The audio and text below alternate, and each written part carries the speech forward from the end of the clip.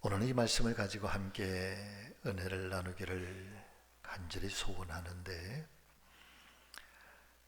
어떤 분들에게는 부담이 될 수도 있고 또 어떤 이에게는 아멘이 되실 수도 있겠습니다마는, 아무쪼록 특별히 올 한 해 우리가 목표를 정하고 함께 가는 이 길에 우리의 가슴에 하나님의 말씀이 새겨지시기를 바라고, 그 말씀을 우리 모두가 함께 실천하면서 이 한 해를 살아가다가 올 한 해 우리 교회가 부흥의 도약을 이루는 그런 축복의 한 해가 되기를 간절히 소망해 봅니다.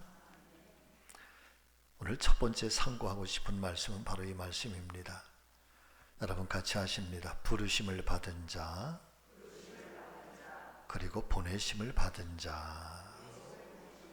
아멘.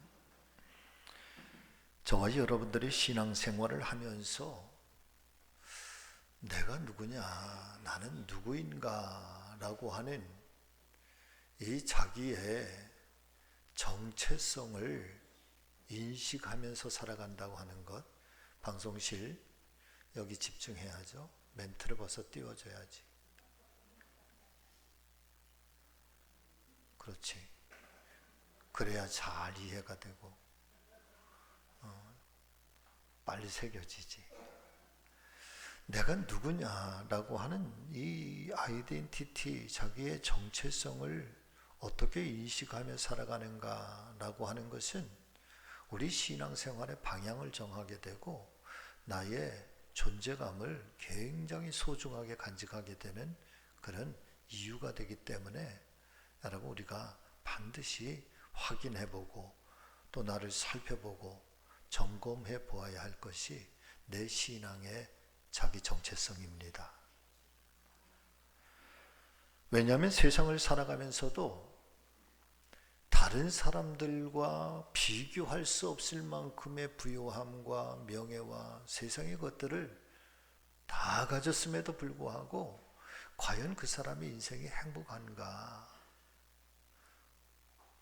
어떤 사람은 전혀 행복해하지도 않고 오히려 불행을 느끼면서 살아가는 사람들이 있는데, 그 이유는 바로 자기 자신의 정체성이 분명하지 않기 때문에 그렇습니다. 영국의 유명한 웨스트민스터 사원이라고 하는 곳에는 역대의 영국의 아주 훌륭한 인정받은 사람들만 이 사원에 묻힐 수 있게 되는데, 우리 감리교회 창시자이신 존 웨슬리 목사님도 이 영국 웨스트민스터에 묻혀 계시는데, 그분의 기념비가 이곳에 있습니다. 그 기념비에는 이런 글이 새겨져 있습니다. 세상에서 가장 좋은 것은 하나님께서 우리와 함께 하신다는 것이다. 세상에 좋은 것이 얼마나 많습니까? 세상에 우리가 취하고 싶은 것들이 얼마나 많습니까? 그런데 한평생의 삶을 오직 예수님과 오직 복음을 위해서 자신의 전 생애를 헌신해 오신 한 사람의 크리스찬이 마지막 운명하는 순간까지도 고백했던 이 한마디의 신앙 고백은 하나님께서 나와 함께 하심이 가장 행복했었다. 더불어서 이 고백은 오랜 동안 신앙생활을 하면서도 자신의 정체성이 흔들려 삶을 방황하는 사람들에게는 많은 깨달음을 주고 있는 그런 고백이 아닐 수가 없는 것입니다. 왜냐하면 우리가 주님을 영접하고 신앙생활을 하면서도 내 인생의 목적을 잃고 방황하게 되는 이유는 내 인생 가운데 언제나 함께 동행하고 계시며 내 인생을 주관해 주셨던 그 사랑의 하나님을 체험하지 못하기 때문에 삶이 흔들리게 됩니다. 주님을 영접하고 믿는다고 하면서도 여전히 나의 힘과 나의 능력으로만 살아가려고 애를 쓰다 보니 어떤 순간에는 마치 내 인생에 마치 절벽 끝에 몰린 것처럼 그 삶이 절박하게 될 때, 그때에 내 안에 하나님을 향한 분명한 신앙 고백이 없고, 또 그 나와 함께 하시는 하나님을 향한 체험이 없으니, 그래 그런 현실 앞에 너무나도 쉽게 무너지게 되고, 그리고 너무나도 쉽게 자기의 인생을 포기하게 되는 것입니다. 오늘 아침에 이 종이 간곡하게 축복하며 기도하는 것은, 저와 여러분들께서는 우리가 주님을 영접한 그 순간부터 지금까지, 아니 어쩌면 우리가 주님 앞에 서시는 그날까지도 사랑의 하나님과 절대적으로 끊어질 수 없는 특별한 관계 속에 있다는 이 사실을 절대 결코 잊지 마시기를 축원을 드립니다. 그렇게 하나님과 우리의 이 절대적인 관계는 끊어지지 않는다는 거예요. 하나님의 사랑은 아무리 오랜 시간이 지나가고, 또 때로 내가 넘어졌다 일어섰다, 내가 또 뭐 신앙이 좋았다 안 좋았다, 그런 순간들이 있을 수는 있지만은, 그렇다 할지라도 하나님이 우리를 향한 사랑, 또 우리가 하나님과 맺어진 영적 관계는 여러분 그냥 끊어지는 것이 아니라는 거예요. 그런 하나님과 우리의 이 관계 속에서, 특별히 영적인 관계 속에서도 두 가지만큼은 우리가 반드시 알고 깨달아야 되는데, 그 중에 첫 번째는 여러분 같이 하십니다. 나는 부르심을 받은 자입니다. 아멘. 나는 하나님께로 부르심을 받은 자. 이것을 가리켜 우리는 소명의식이라고 이야기를 하고, 그리고 두 번째, 나는 보내심을 받은 자라고 하는 것. 여러분이 이것도 또 같이 고백하시죠. 나는 보내심을 받은 자입니다. 아멘. 이것을 가리켜 우리는 사명의식이라고 말하고 있습니다. 여기서 말씀하시고 있는 이 첫 번째 소명의식이라고 하는 것은, 마치 이사야 선지자를 통해서 우리에게 들려주시고 있는 이사야 43장 1절의 말씀처럼, 내가 너를 지명하여 불렀나니 너는 내 것이다. 여러분, 하나님께서 우리에게 주신 은혜의 선물 중에 가장 놀라운 선물이 뭘까? 우리의 고백이 있잖아요. 나 같은 죄인을 하나님께서 자녀 삼아 주셨다라고 하는 이 고백.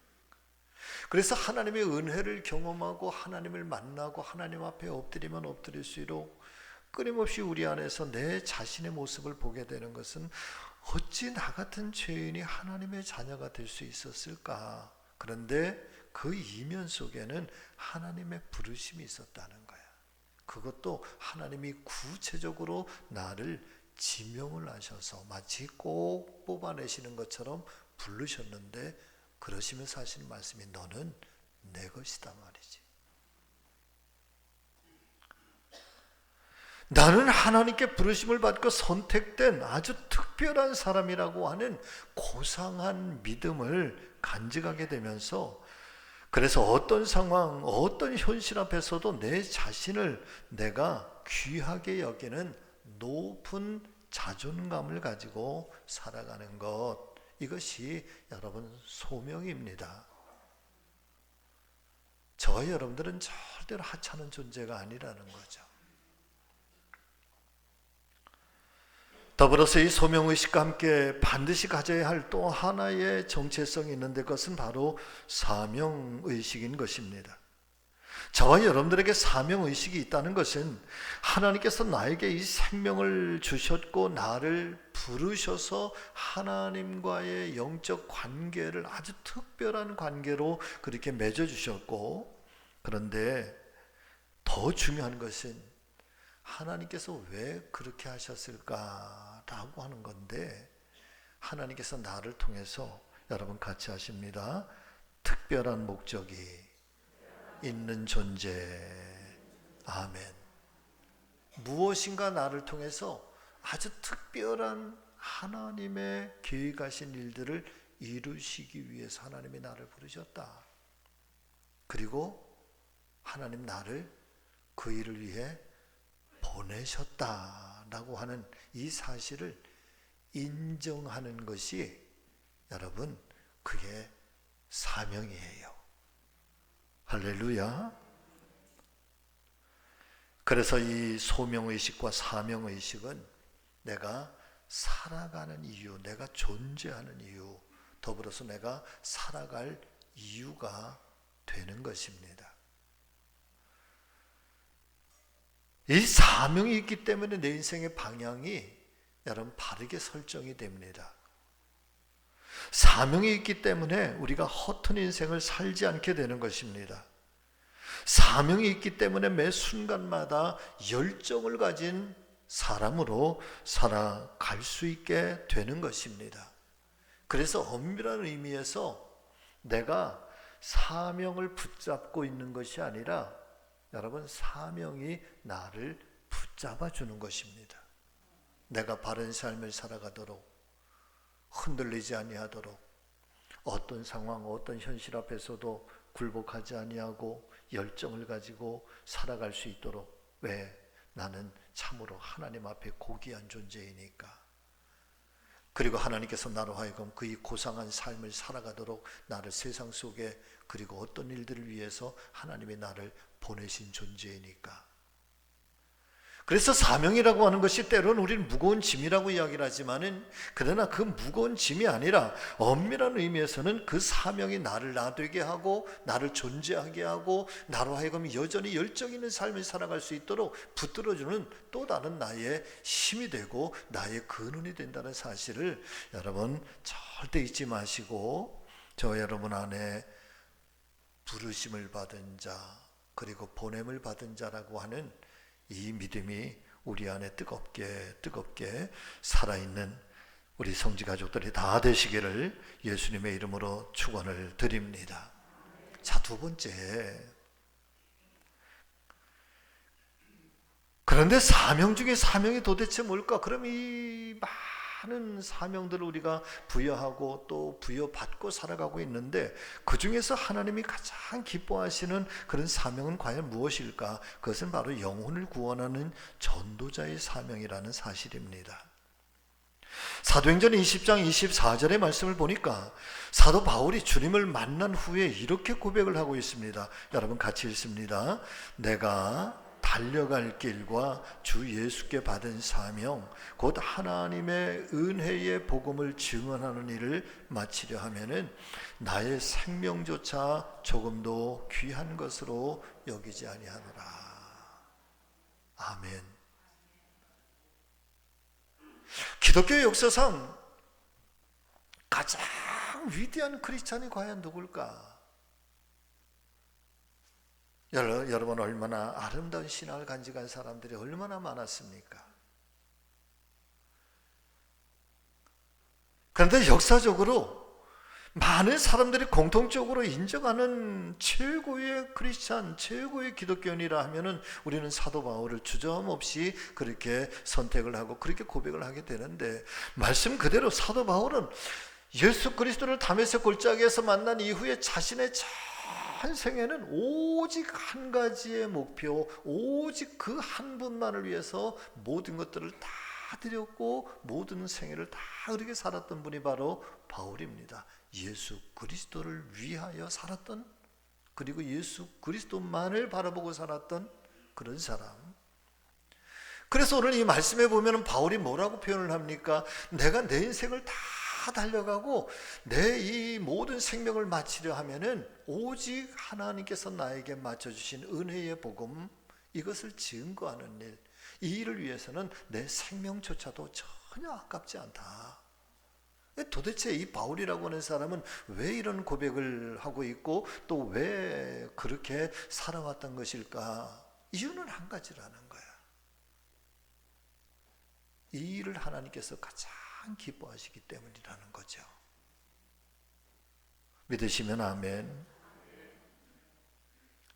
하나님께서 가장 중요하게 여기시는 사명이 바로 영혼 구원의 사명인 것을 그는 깨달았기 때문이었던 것입니다.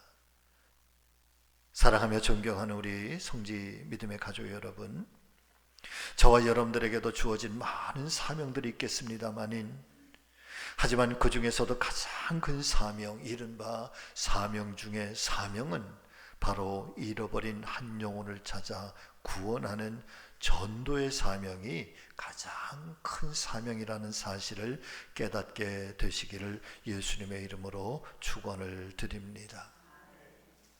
저는 이런 고백이 우리 안에 있으면 좋겠어요. 전도는 내가 존재하는 나의 존재의 이유이다 말이에요. 그리고 전도는 교회가 존재해야 할 교회 존재의 근원적인 이유다 말이지.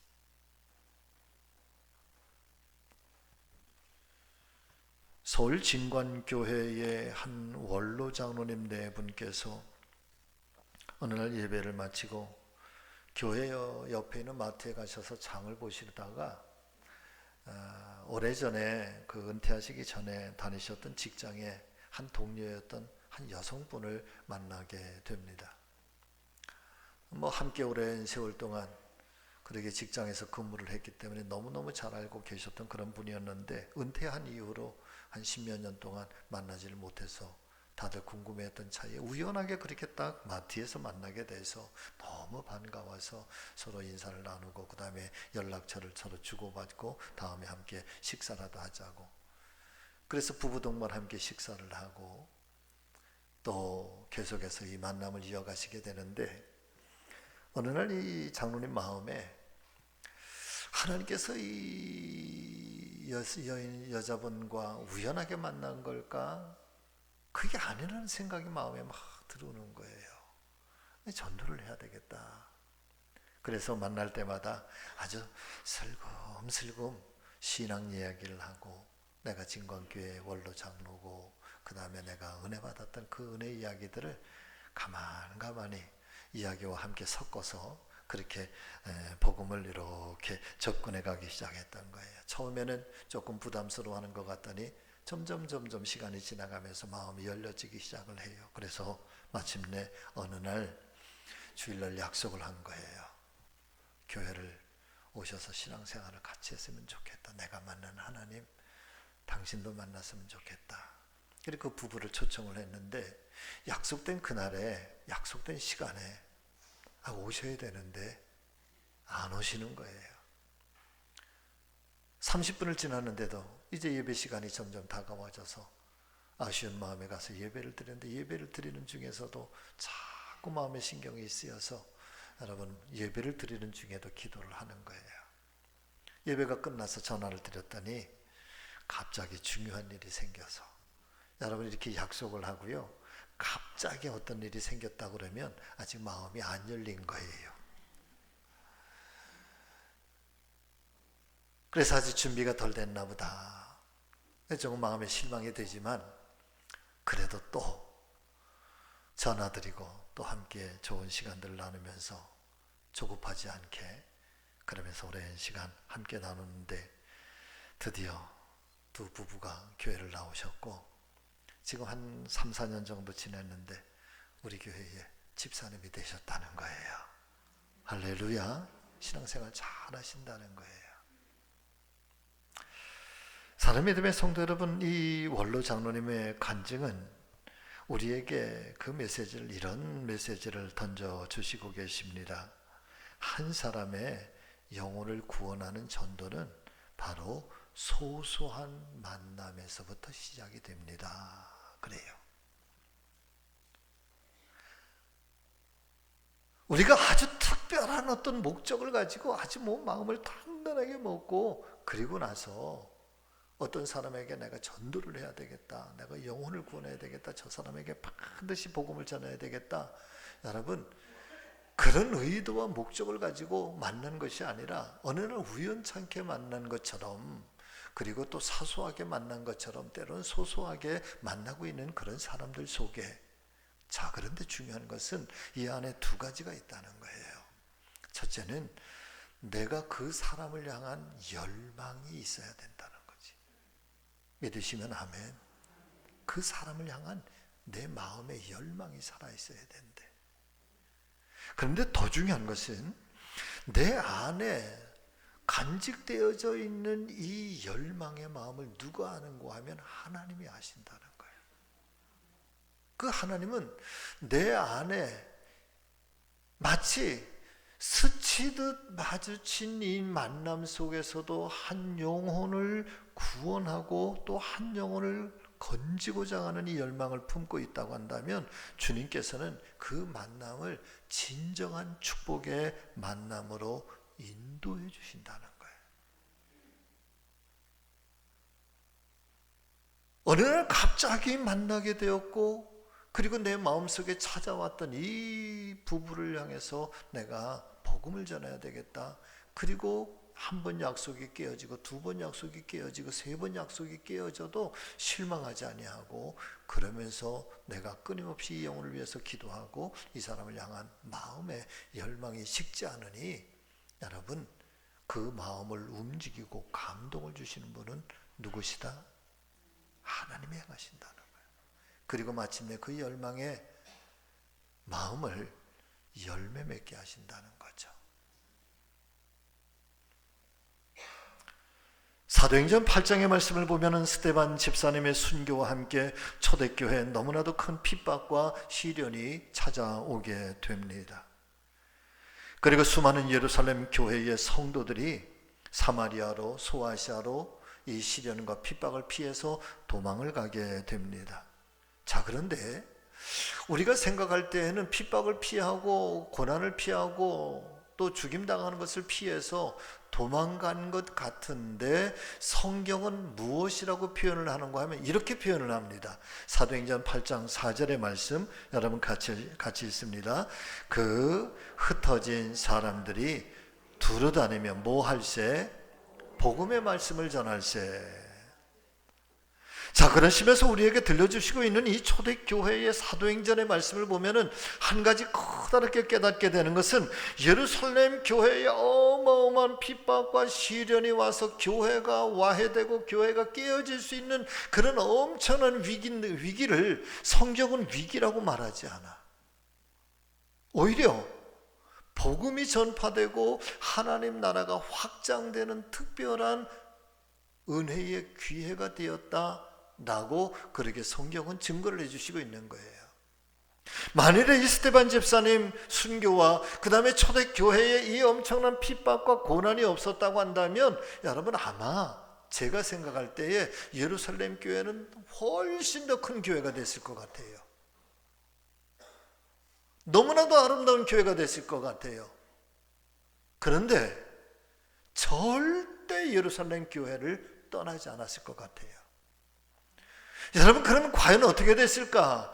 예루살렘 교회가 큰 교회가 되고 뭐 대형 맘모스 교회가 되고, 그리고 많은 일들을 할 수 있는 그런 여건을 다 갖춘 교회이긴 하지만은, 그러나 그 복음은 예루살렘 안에 머물러 있었을 거예요.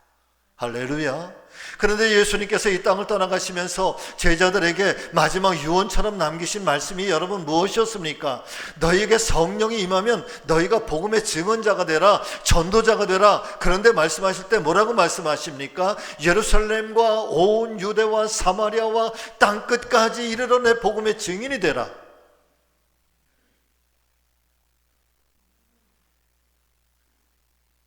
그런데 예루살렘 교회가 좋아, 여기가 좋아, 여기가 수도고 여기가 도성이고 여기가 살기가 너무너무 모든 것들이 다 편리해. 그리고 우리 교회는 그렇게 큰 교회가 되어 있어. 그래서 예루살렘 교회는 떠나지를 않아요.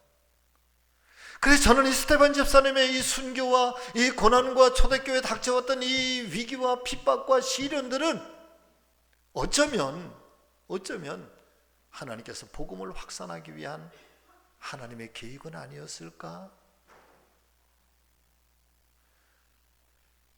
그래서 그 흩어진 사람들이 여러분 사마리아에 가서 복음을 전합니다. 가지 않으려고 했던 땅이지요. 저 광야에까지 빌립은 나가서 복음을 전합니다. 에티오피아 사람에게.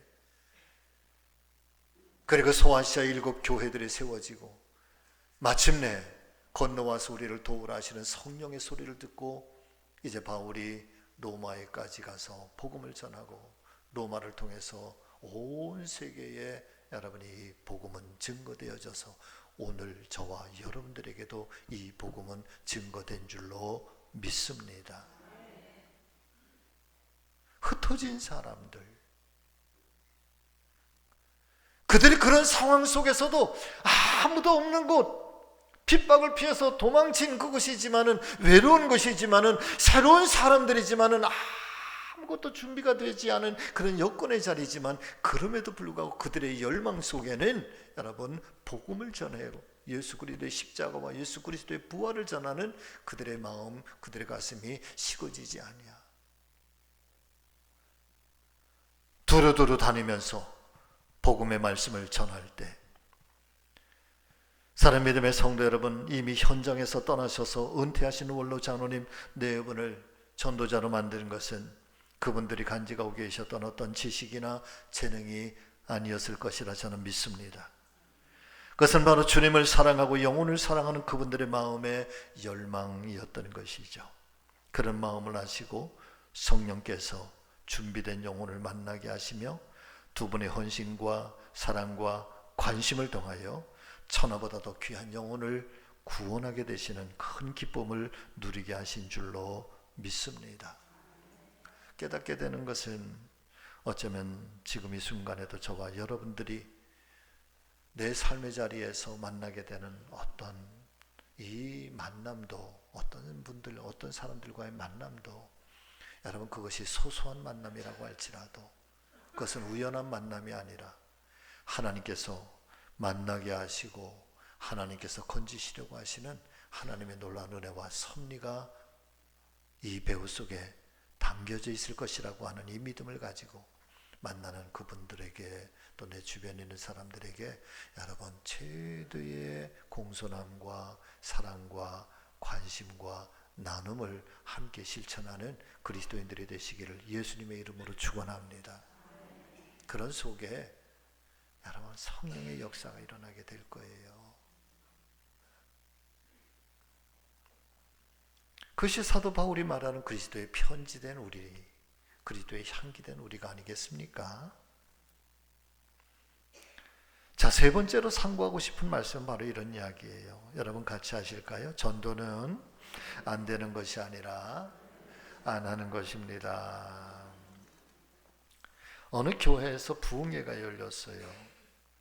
이제 부흥회가 시작이 되는데 목사님께서 그 부흥회에 많이들 참석하게 하기 위해서 이렇게 광고를 하십니다. 사랑하는 성도 여러분, 근본 부흥회는 전도에 대해 탁월한 은사를 가진 강사님을 모시게 되었습니다. 모두가 함께 참여하셔서 큰 은혜를 받으십시다. 그러기 시작된 부흥회가 진행되는 동안에 이상한 것은 다른 예배 때는 어떤 예배든지 제일 앞자리에 앉으셔서 아멘 아멘 하면서 은혜를 받으시는 한 권사님이 이 부흥회에 한 번도 참석을 안 하시는 거예요. 그래서 목사님이 너무 이상해서 전화를 드렸어요. 목사님, 저 권사님 혹시 어디가 아프신가요? 무슨 일이 계신가요? 걱정이 돼서 전화드렸습니다. 왜 부흥회에 한 번도 참석을 안 하셔요? 그랬더니 이 권사님이 이렇게 대답을 하셔요. 목사님, 부흥회에 참석하면 은혜 받고 전도해야 될까 봐. 은혜 받으면 전도할까 봐. 전도하게 될까 봐. 여러분, 전도한다는 게 그렇게 부담이 되는 일이에요. 제가 지금 부활절 이후로 계속해서 전도를 해서 여기에 이제 귀딱지가 조금 앉으실 법도 해. 그래도 들을 때마다 부담되는 게 전도에 대한 얘기예요. 영혼 구원에 대한 이야기예요. 이 권사님처럼 우리에게 성도님들께서도 이 부담감은 별반 다르지 않겠습니다만은, 그러나 오늘 아침 이 종이 강력하게 말씀을 드리는 것은 여러분 같이 하실까요? 전도하면 전도가 됩니다. 아멘. 여러분 인사들 하세요. 서로 전도하면은요 전도됩니다. 아멘.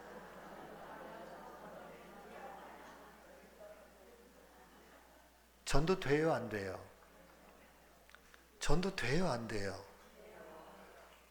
한 번도 해보지 않았으니까 은혜 받고 전도할까봐 아예 은혜를 안 받는 데잖아. 얼마 전에 제가 통계를 봤어요. 전도협회에서 나온 통계를 보니까 대한민국의 모든 교인들이요, 1년에 한 명도 전도하지 않는 사람, 1년에 한 명도 전도하지 않는 사람이 막 찔리시지. 그런데 그분들이요, 걱정하지 마세요. 그분들이 96%랍니다. 대한민국의 크리스찬 중에 96%는 1년에 한 명도 전도를 못한대. 그런데 더 중요한 게 있어요. 96%의 사람들 중에 85%가 전도할 생각을 안 해봤대. 와. 예수님께서 마지막 떠나가시면서 교회와 모든 성도들에게 유언처럼 정말 남기신 말씀이, 여러분, 복음 전하는 거 아니에요? 그렇게 말씀을 듣고 그렇게 신앙생활을 하면서도 1년에 단 한 명도 전도하지 못하는 분들이 96%, 대부분이. 그리고 그 96% 중에서도 아예 전도해야 된다라고 하는 마음, 생각조차 가져본 적이 없는 사람이 85%래.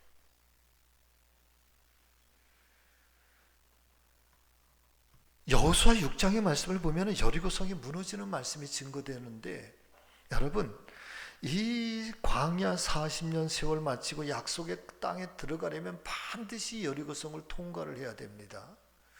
그런데 이 여리고성은 난공불락의 성이라고 그랬어요. 그런데 이 여리고성이 무너지는데 어떻게 무너지는고, 말씀을 요약해서 드리면 이런 말씀이에요. 너는 백성들과 함께 성을 하루에 한 바퀴씩 6일 동안 돌아라. 그리고 제7일째 되는 날에는 성을 7바퀴를 돌되 마지막 바퀴를 돌면서는 큰 함성을 질러라. 그러면 그 성이 무너지게 되리라. 그리고 그렇게 순종하면서 행하였더니 이 난공불락의 여리고성이 무너져 버렸습니다. 여리고성을 정복하게 되었어요. 여러분, 사람의 힘으로는 도저히 무너질 성이 아닙니다.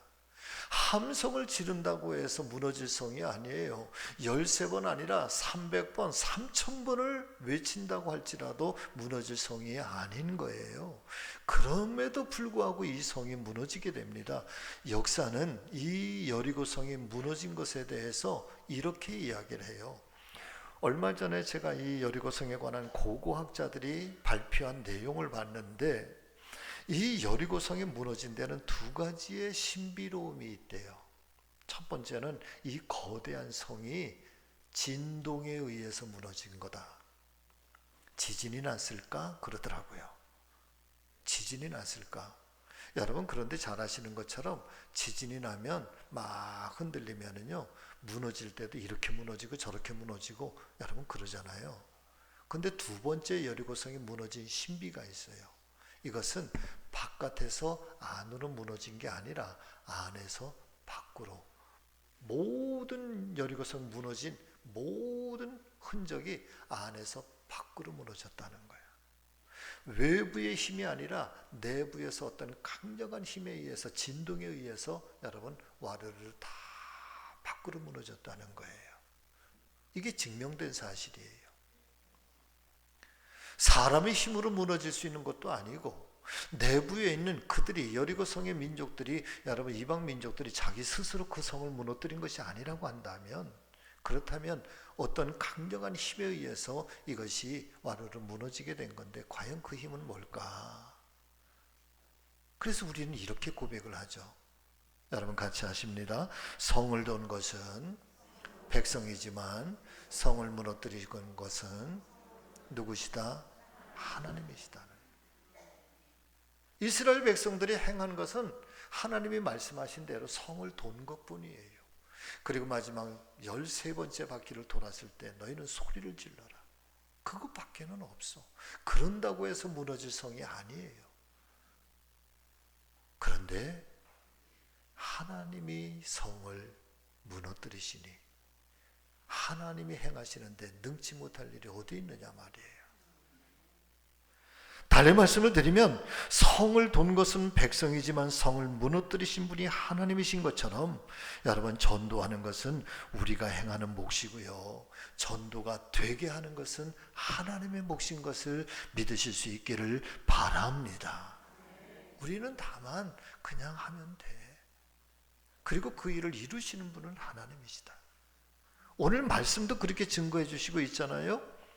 고린도전서 3장 6절에서 8절의 말씀을 보니까 나는 심었고 아볼로는 물을 주었을 때 오직 하나님께서 자라나게 하셨나니 그런즉 심는 이와 물 주는 이는 아무것도 아니로되 오직 자라게 하시는 이는 하나님뿐이니라. 심는 이와 물 주는 이는 한 가지이나 각각 자기가 일한 대로 자기의 상을 받으리라.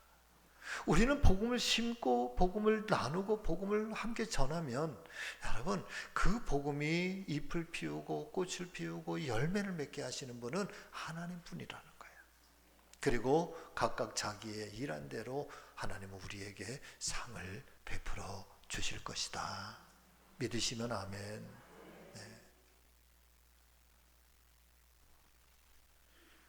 말씀을 마치려고 합니다. 사랑하는 여러분, 다니엘 12장 3절의 말씀을 보니까 이렇게 말씀은 우리에게 약속해 주시고 있습니다. 같이 읽습니다. 지혜 있는 자는 궁창의 빛과 같이 빛날 것이요 많은 사람을 옳은 대로 돌아오게 한 자는 별과 같이 영원토록 빛나리라. 아멘. 아무쪼록 저와 여러분들이 나는 부름받은 자요, 또 나는 보냄받은 자라고 하는 정말 이 고상한 자기 아이덴티티, 자기의 정체성을 분명히 간직하고 여러분 당당한 그런 은혜의 삶을 사시는 저와 여러분들이 되시기를 주의 이름으로 축복합니다. 더불어서 사명 중에 사명, 한 사람의 영혼을 위해서 하나님이 나를 부르셨고 또 나를 보내셨다고 하는 이 사실을 기억하시면서 아무쪼록 이 한 주간에도 내 살아가는 내 삶의 자리에 어떤 사람을 만나든 어떤 사람과 함께 대하며 살아가든 여러분 그 사람을 귀하게 여기고 존중하고 또 사랑으로 함께 나누면서 복음을 전하는 전도자의 그런 우리 성지교회 모든 믿음의 식구들 다 되시기를 예수님의 이름으로 축원합니다.